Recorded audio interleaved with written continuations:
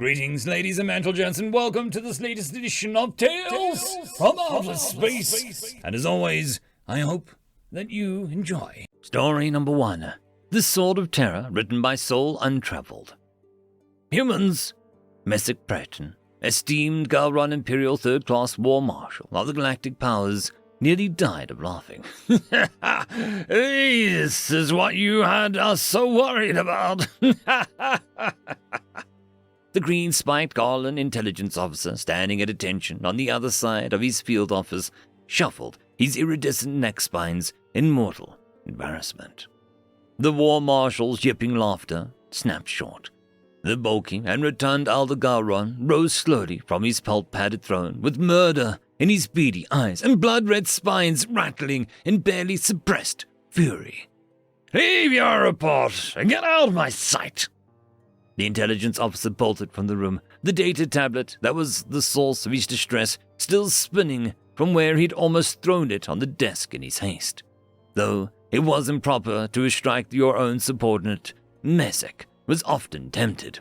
Sorely tempted.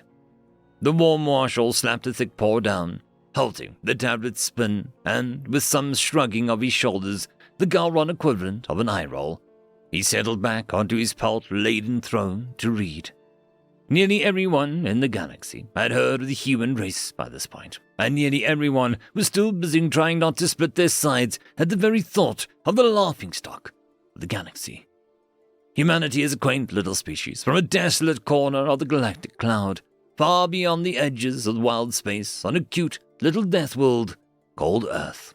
Ironic, Messick chortled, that the name translates directly to dirt.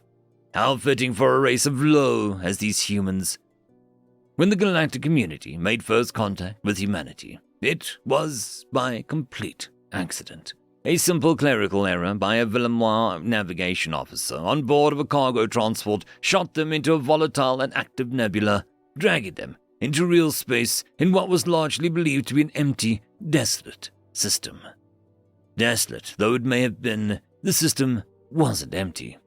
While the Vilmar transport was drifting in space, realigning for another hyperspace jump, their scanners had picked up a strange structure inside of the active nebula. It would turn out to be a deep space research station crewed by humans. At first, when humanity was introduced to the galactic stage, they were thought of as quirky, considering how and where they were discovered. The amusement came about when several inquisitive mercantile species discovered that humanity hadn't even known what a warp drive was, let alone built anything resembling an actual navy. Their ship being little more than aluminium and fiber museum pieces pushing along by tanks of chemical fire. How these amusing little fishy-bone maggots had spread so far from their homeworld without faster-than-light travel was beyond even the most forgiving of xenocultural intellectuals. And when humanity, newly dubbed the Terran Alliance some 40 years ago, announced that they were throwing their support behind the Confederation of Worlds in the war against the galactic powers, all parties involved treated this declaration much like an adult would when a child told them their intentions to contribute to the family's workload, with amusement and condescending encouragement. War Marshal Messick browsed the data tablet, flicking past the idiot intelligence officer's opinion piece on the report. The Galron War Marshal was in charge of the conquest of the Tenville system, a truly unique solar system in the galaxy, in that the entire system existed in what equates to a thin but tangible dusty orange atmosphere nearly half a light year in diameter. The Tenville system was discovered early in the war after being dismissed before as an oddly dense nebula. When CW forces found several planets laden with abundant resources hidden within the system's cloud, the GP rushed to seize the system for themselves. 3 galactic cycles of constant entrenchment war in this blasted system later, and this is where third-class War Marshal Messick Breton found himself. On Tenville 7, the system's second-largest planet, embroiled in pushing the remaining Confederate forces off the planet once and for all. It wasn't but 2 days ago that the intelligence branch had intercepted a Confederate communique of the incoming wave of reinforcements.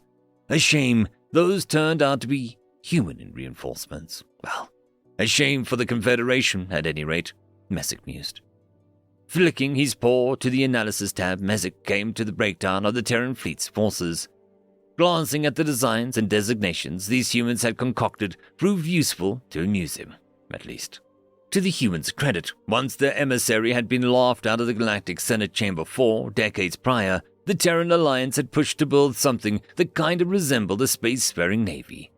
Their first designs were terrible, the mangled and ugly amalgamations of a children's finger painting. The first successful design was, again, ugly. A long, blocky thing that was little more than target practice for most other species' militaries. A battleship, they called it. A Leonidas-class battleship, the Spear of Terra.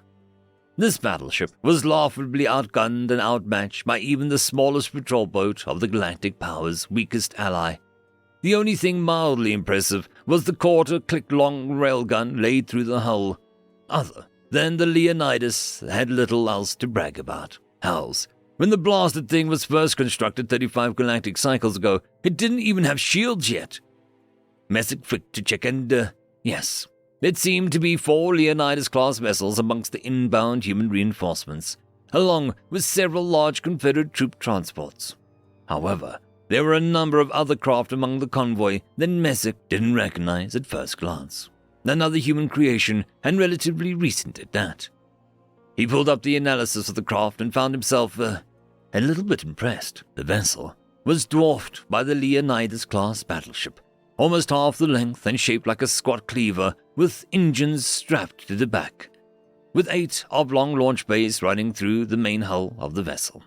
2 odd-shaped batteries adorned the front of the blade of the ship, one on each side of the twin barrels arrayed close together. Smaller railguns, perhaps. The Terran Alliance remains the only race in the galaxy to even continue to utilize kinetic weaponry, it being considered horribly obsolete by the wider galaxy, akin to throwing rocks, like primitives or children. Again, another amusing museum piece. Still, the ship's name was strange, foreign to Messick, not unexpected with humanity being so new and insignificant. Messick searched the available archives for reference on the name.